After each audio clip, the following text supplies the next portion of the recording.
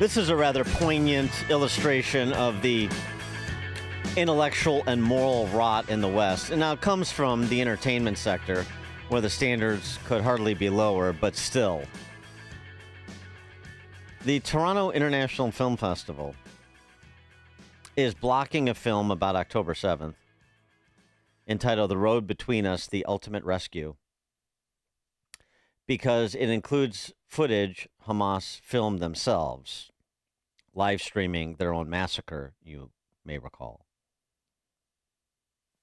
The film, The Road Between Us, The Ultimate Rescue, is the story of a retired IDF general who ran headlong into the heat of battle, fighting terrorists, rescuing victims to get his son. Why won't the Toronto Film Festival allow this film to be shown? Because general requirements for inclusion in the festival were not met. Which one? Legal clearance of all footage. Because the documentarians here did not receive written permission from Hamas to use the videos them filming of their own massacre, the film festival is worried about copyright issues. Yeah, you wouldn't want to get in a copyright legal battle with Hamas. And so the filmmakers were required to indemnify the festival in case of a lawsuit. The Center for Israel and Jewish Affairs in Canada, releasing a statement, it is unconscionable that the Toronto Film Festival is allowing a small mob of extremists who use intimidation and threats of violence to dictate what films Canadians can see at the festival. It's a shameful decision that sends an unmistakable message. Toronto's Jewish community, which has long played an integral role at the film festival, is no longer safe or welcome. Well, here again, a welcome to the reality of the identitarian Marxist left. And unfortunately, that includes a lot of Jewish Canadians and Jewish Americans who still apparently have not been sufficiently mugged by the reality of the party and the movement to which they affiliate to act in sensible ways. And it doesn't, and I don't mean by, quote unquote, supporting Trump or whatever, act in sensible ways by decoupling from these identitarian Marxists, for goodness sakes. Anyway, for more on this topic and related, Jonathan Tobin joins us, editor-in-chief of the Jewish News Syndicate. Jonathan, thanks for being with us. Appreciate it. Great to be with you. This to me is sort of a good example of something you wrote about recently in your outlet, a piece called The Generational Price of the False Gaza Genocide Narrative. That it's not just about what's happening on the ground in Gaza.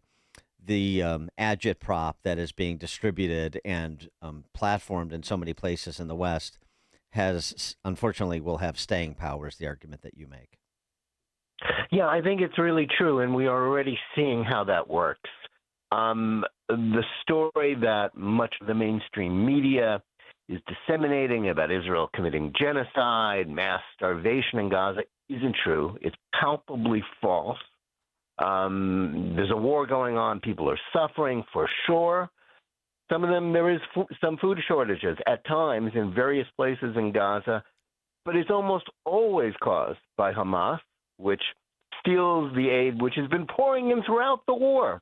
This is unique in history, where a country is attacked, as Israel was on October 7th, with unspeakable atrocities, and then it goes after the people who did this the way any sane country would, as America did when we were attacked on 9/11 or attacked at Pearl Harbor. And yet Israel is judged and compelled to feed and aid the people that attacked it. And it's doing it. And yet it's blamed for the shortages of food caused by Hamas, which steals the food, hoards it for itself, sell some of it back to its own people at exorbitant prices, and whatever problems in Gaza are caused by the high price of food, which is caused by Hamas and by the UN, which works with Hamas, and which Hamas then attacks the Gaza Humanitarian Foundation, which was this food distribution group, which was created by the United States and Israel, and the people who go there are attacked.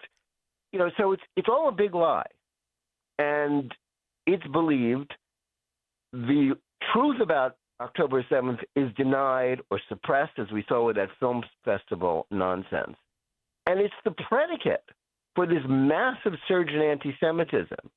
People saying, people believing that the Jews, it's just like during the Middle Ages, the Jews are poisoning the wells, the Jews are causing the Black Death, the Jews are doing, whatever you think is bad. So what is happening now, these lies that are mainstreamed, the blood libels that are bought into by the majority of, frankly, now the leadership of the Democratic Party, even people like Pete Buttigieg, Mr. Weather Vane himself, reading Politico today, how he's turning against Israel too, because that's how the wind is blowing in the Democratic Party these days. And President Obama rushing to aid Zohran Mamdani, the socialist, anti-Semitic, Democratic candidate for mayor of New York City.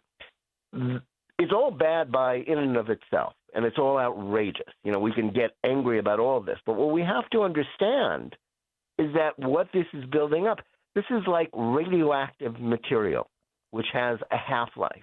It doesn't just, dissipate when you explode a bomb. It lingers forever. And that's what these anti-Semitic smears are doing. It's not just creating anti-Semitism now and discrimination and lies about Israel. It's going to be felt for generations to come, who will cite these blood libels as reasons why they too should hate the Jews 10, 20, 30, 50 years from now. That's what the damage that is being done is, not just to Jews and to Israel today. It's to the people who will follow, people not yet born, will feel the impact of these lies, which are being used, as anti-Semitism always has done, for political reasons. Well, since you called him out, Mayor Pete, that is, here's what he had to say as part of his audition tape, trying to put it together for 2028, on Pod Save America podcast when asked the pedestrian question that seemed to catch him off guard, where are you on a Palestinian state? Do you think it's time to recognize a Palestinian state? I think that's a profound question that arouses a lot of the biggest problems that have happened with Israel's survival, or Israel's right to survival in the diplomatic scene. And many of the people who have taken that step historically have done so for different reasons than what we see happening with European countries. I think we need to step back, and we need to do whatever it takes to ensure that there is a real two-state solution, and that no one, not even the likes of Netanyahu, can veto the international community's commitment to a two-state solution where you have Palestinians and Israelis living with safety, with security, with rights. I believe that can happen. I don't think that one's going to make the sizzle reel, because Kamala Harris is more lucid on the topic than that. But I mean, even Kamala Harris. Yes, yeah. But I mean, what that sort of mealy mouth answer tells you about his party and the things he sort of has to try to say, no matter how inarticulately, in order to middle the issue. Let's understand something about this Palestinian state, the latest upsurge in support for a Palestinian state. Let's understand. The reason why October 7th happened was because there was a Palestinian state, an independent Palestinian state in all but name, in Gaza. Israel withdrew every soldier, settler, and settlement from Gaza in 2005. It turned into, could have been anything. As Trump would say, Singapore, Dubai, a Trump resort. Instead, it became a terrorist fortress, with tunnels the size of the New York City subway system underneath, a terrorist state whose purpose was to attack Israel. And that's what they did on October 7th. There isn't going to be a Palestinian state because, the Palestinians have rejected offers of Palestinian statehood for the last century. They could have had one when Israel was created in 1947, when the UN partitioned the country, into an Arab state and a Jewish state. And the Arabs and the Muslim world said, no, thank you very much. We don't want anything that includes a Jewish state. The same thing happened when, Bill Clinton offered one on a silver platter to Yasser Arafat in 2000 and 2001. George W. Bush did the same thing to Mahmoud Abbas, the head of the Palestinian Authority, currently serving the 20th year of his 4-year term to which he was elected, in 2008. No, thank you. They don't want a Palestinian state. They want to destroy Israel. Israel will never agree to that.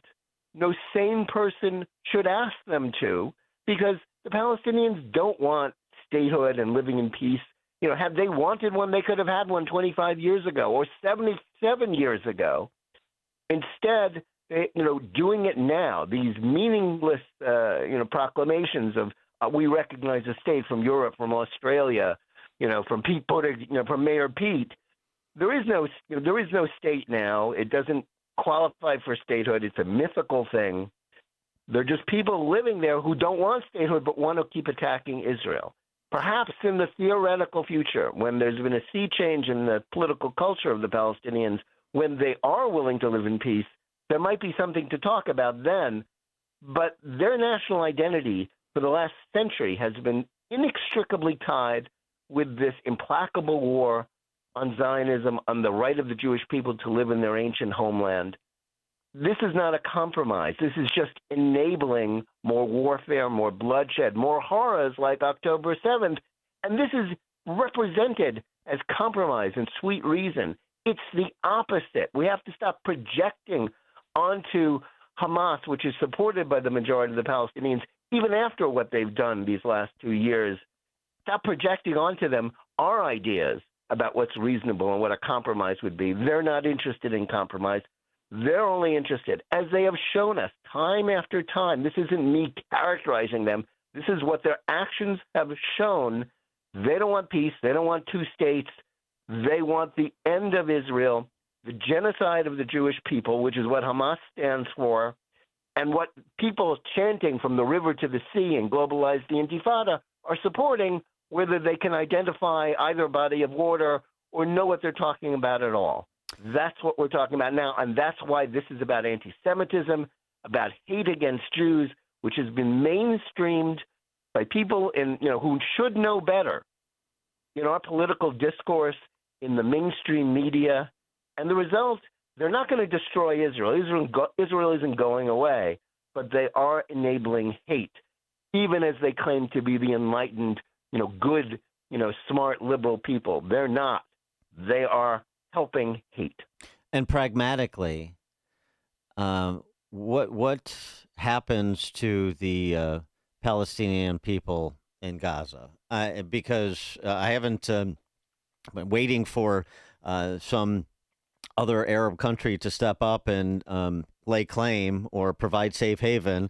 I know the King of Jordan's not going to do that for an extended period of time because of his own experiences, but that's not coming anywhere. I mean, with all due respect, nobody wants to take them. So, practically speaking, how does Netanyahu and how does the region deal with that? There is no, you've stated the problem quite well. Egypt, next door, has built a fence to keep them out, which is completely unprecedented in the history. People fleeing war have always been allowed to flee war. Palestinians have to stay there, according to their Arab brothers and neighbors, because they're props in this endless war against Israel.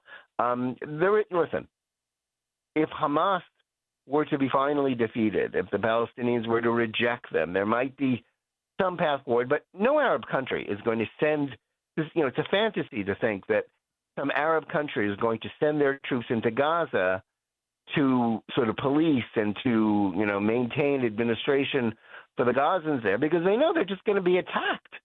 Hamas, and its various competitors like Islamic Jihad and the other pro-Iranian groups, they're not, their purpose is war. They're willing to sacrifice as many of their own people as necessary to score propaganda points in this crazy war.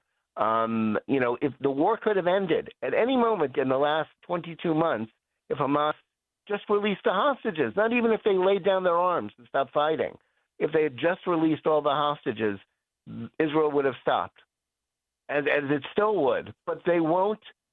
They can't, because it's part of what they think their purpose is. So the war will go on until the Palestinians stop. And we can only pray that they will. But until they do, they're going to keep harming themselves as well as trying to harm other people.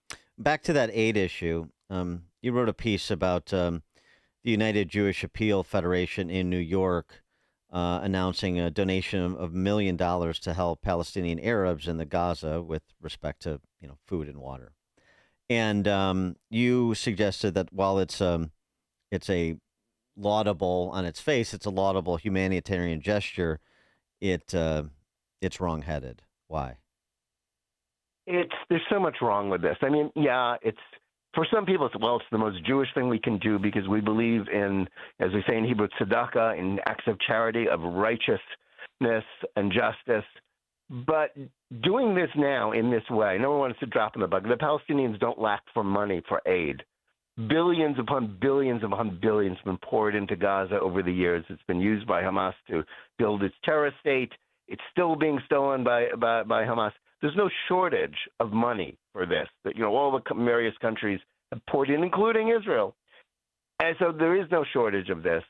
All it does is virtue signaling and validating this false narrative about Israel starving the Palestinians, which they are not. It's sending a message that Jews feel guilty about defending themselves. That the people who not just committed the atrocities of October 7th. Well, let's remember something that some people don't even know.